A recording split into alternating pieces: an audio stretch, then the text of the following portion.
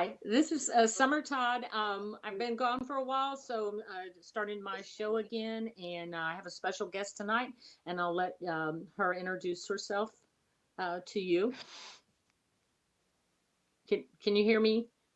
I can. Is that my cue? Yes. Hi, Her, guys. I am Nancy Planetta, aka the Wiccan Vixen, and I actually own and host the show, The Vixen's Vault, which tonight we're doing live from an event in Brooksville, Florida, which involves an actual haunted house, not just a entertainment purpose haunted house, but they're doing an entertainment Halloween-based haunted house in a house that is actually haunted. And I know this because I've investigated this house on multiple occasions. So, yeah, I can tell you it's definitely an active location.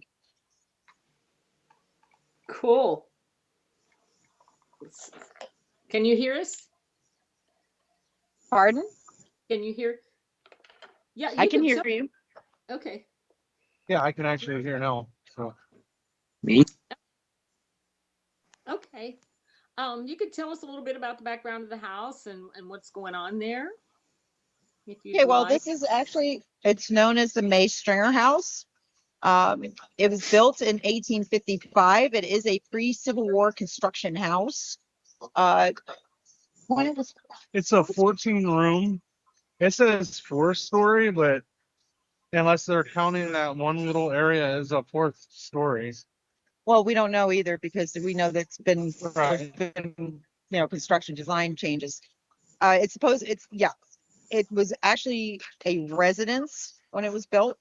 I believe it was converted to a What is it? it was a residence when it was built. It Yeah, was it was converted into a actually apartments too. yep. So It's been a residence, it's been apartments. It was actually a doctor's, well, it was the domicile of a doctor, but they used to have their offices within their domicile. So it was a doctor's office at some point.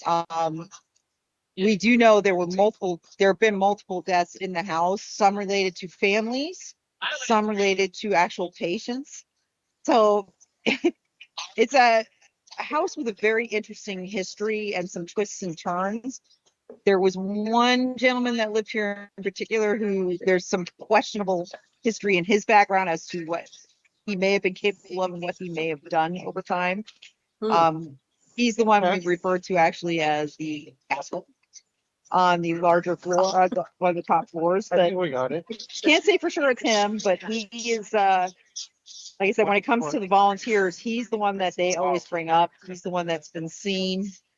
He's the one that tends to push people, that will tug people, pinch people, and that's not just one person. Those are multiple reports. Um, Wow. has that ever happened to myself or to Tom? No. Yeah, But I was Have you ever wondering that. been pinched, Funny you. tugged, or pushed here? Yeah, not here. Yeah. that's kind of So scary. it's I did have somebody scratched here one time. he was saying we have had somebody scratched here before. So yeah, go ahead and help yourself. So yeah, it's a location that's got a lot of I guess you could say interesting Ener- experiences. And I Every think it place like it's has an energy. Like you talking earlier. We were talking earlier. yes, every look Yeah. well, and you know as well as I do, a lot of those energies actually depend on who's in the environment at any given time and Right. what energy is fed into that environment. Because a lot of times when you're in something that we consider as active, what you give is what you're going to get back. So if Right. you are terrified and you're in an environment like this, it's not going to end well for you by the time you come out because it's going to feed off your energy and it's whatever it's going to strengthen it in that energy. So again, things like anger, fear, very powerful energies. You So go have you into guys something had like this. readings or anything in that? You haven't done anything like that, have you? We've been in there with several different groups, several different psychics. I myself am a sensitive, so but I handle these things differently, I guess you could say. I I'm not all woo-woo about it. Yeah. I'm one of these people that's just kind of like I'll go in and be like, okay. And I can feel if there's activity. I can definitely tell you if it's whether it's electrically related, if it's man-made or if it's something different. Yeah. I can feel the difference in the energy. And I've told people that there's a very distinctive difference between man-made energy and not even paranormal energy, what I'll consider natural energy. Because I know people define this as supernature, but it's actually a natural form of energy. Yeah. But Yeah. it's different than man-made. Like electrical current is very different from this. It sounds different. It feels different. Right. In here, like I said, I know there's children in there. Why? Because I felt their energy. You can feel it moving around the house. You can sense them. Like you Wow. absolutely know they're there. The jerk. Yep. He's definitely up there. Well, and I think the darker energies, so you can really feel like Well, the I think yeah. the jerk would be defined as a darker energy, but he's not. He's just somebody that was an asshole in life and is an asshole in death. Excuse the expression. But they And love that's what I you. mean by They're that. like any bully. They like weak people or people that are scared or maybe not as open to things or that's what they want. So I think that's what they go for. Well, and see, now you've hit the point. And like I said, sometimes what you seek is what you get. Yeah. When you have certain people, when they do investigations, they'll go in and everything is demonic. Not Something true. moved up, it's a demon. Yeah. And no, that's 99.999% of the time. There's not even activity. It's just you're misinterpreting things that are occurring. Right. Well, I don't Um, know. Roger told you I lived in an old farmhouse for like 30 years, and the kids grew up there. Also, my son grew up there. But I think we could feel different energies in that house. Some of them were very bad. There was some bad ones, and it's like the good ones were working against the bad ones Yeah, it sometimes. was kind of like a way station for a war between the two, it seemed like. Yeah, and Austin, like he could tell you like what happened in the room with your well, it's now your wife. If you want to tell her that's really spooky. She probably knows a Oh little bit. yeah.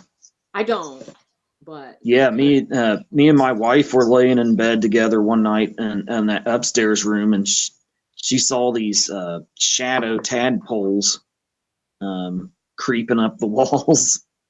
I think they were.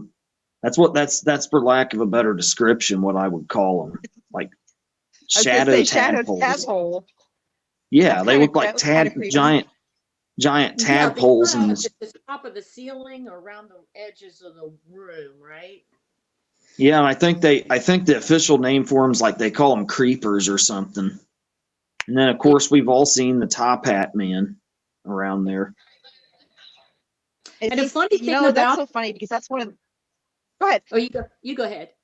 Okay. Well, Well, the I was funny gonna thing say about that's that, I'll tell my little story, and it feeds into it. Austin had a friend, and this friend's mother was very into psychic stuff and readings and stuff, and she came to pick Austin's friend up, and this is way before Austin saw any of that stuff in that room. But she pulled up in the driveway in her car, and I went out to talk to her for a minute, and she looked up in that room, and she said, "There's something in that room." And I was like, "Huh, well, don't tell my kids." And I kind of just passed it don't tell off. my kids. Because they were Yeah. small, they were maybe not even teenagers yet. So I'm like, no, I didn't want to get them all freaked out. So I was like, but people would always say that about this house because it was kind of a big old farmhouse, kind of scary looking too. So I kind of shrugged it off.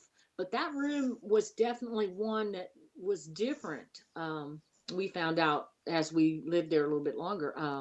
So yeah, she picked up on something, definitely, and that was this. It's the same room. Yeah, and I hadn't mentioned, we weren't even really talking about the house when she just did that. It was creepy. Well, I know, like what Austin was describing, the critters that, it's funny because when you hear descriptions of shadow creatures or shadow people, they're very short normally. They're 4 feet or below, and they do that creeping movement. Now, there's always been, I guess you could say, a toss up in the paranormal as to whether or not these things are good, evil. And I find it funny because like the shows for entertainment, you'll see the psychics and they'll always always define them as evil. Well, I don't I get- saw a top hat man, but he was tall. I saw the big one, the tall Well, man that's with I was going to say that's the thin man. Is he tall and thin? he was. Yeah, I saw him in our neighbor's yard when we were taking a walk. I saw him. Yeah, it was very awful. Because Yeah, he was that's like- it's a very common thing. Yeah. Yeah, he was like 12 feet. He was every bit of 12 feet tall from all appearances. He was a giant. You gotta wonder though, are these remnants of other things? I mean, because again, that is not an uncommon sighting. The tall, thin man with the top hat. It's something that you hear not constantly, but it's a repetitive sighting, and it doesn't have like a cultural boundary, Yeah, which I I've find heard a interesting. lot about that. Yeah, I've read a lot of people seen it. Yeah. But it makes you wonder, is it a bounce back to a different time, to a different, I guess you could say, form of life? Because I mean, we obviously don't have 12 feet people walking around nowadays, but we do have legends of giants. We have legends of people of that height. Could it be, again, an interdimensional jump where we're seeing something from a different dimension and a different timeline even? I always find it curious when you have anomalies like that are, well, they're almost like, there's such a strong association of traits between sightings, but they don't make sense to what we know to be true. Right. And I've even read where some people say that they saw one that maybe saved their lives. I read about two girls. They were running away from their dad. There was a storm coming and he was trying to get them to come back in the house. And they started running towards this tree and they saw that top hat man.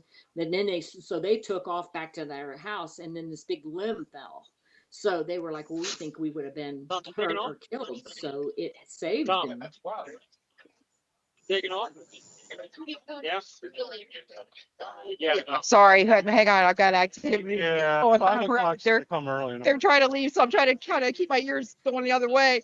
But yeah, I mean, Oh, again, the discernment between I'll probably good, wake up at evil, 4:30, go back right, to sleep wrong. at 5, but I know the background. You guys can hear everything going on. So sorry. Yeah. I keep hearing all kinds of Oh. different stuff.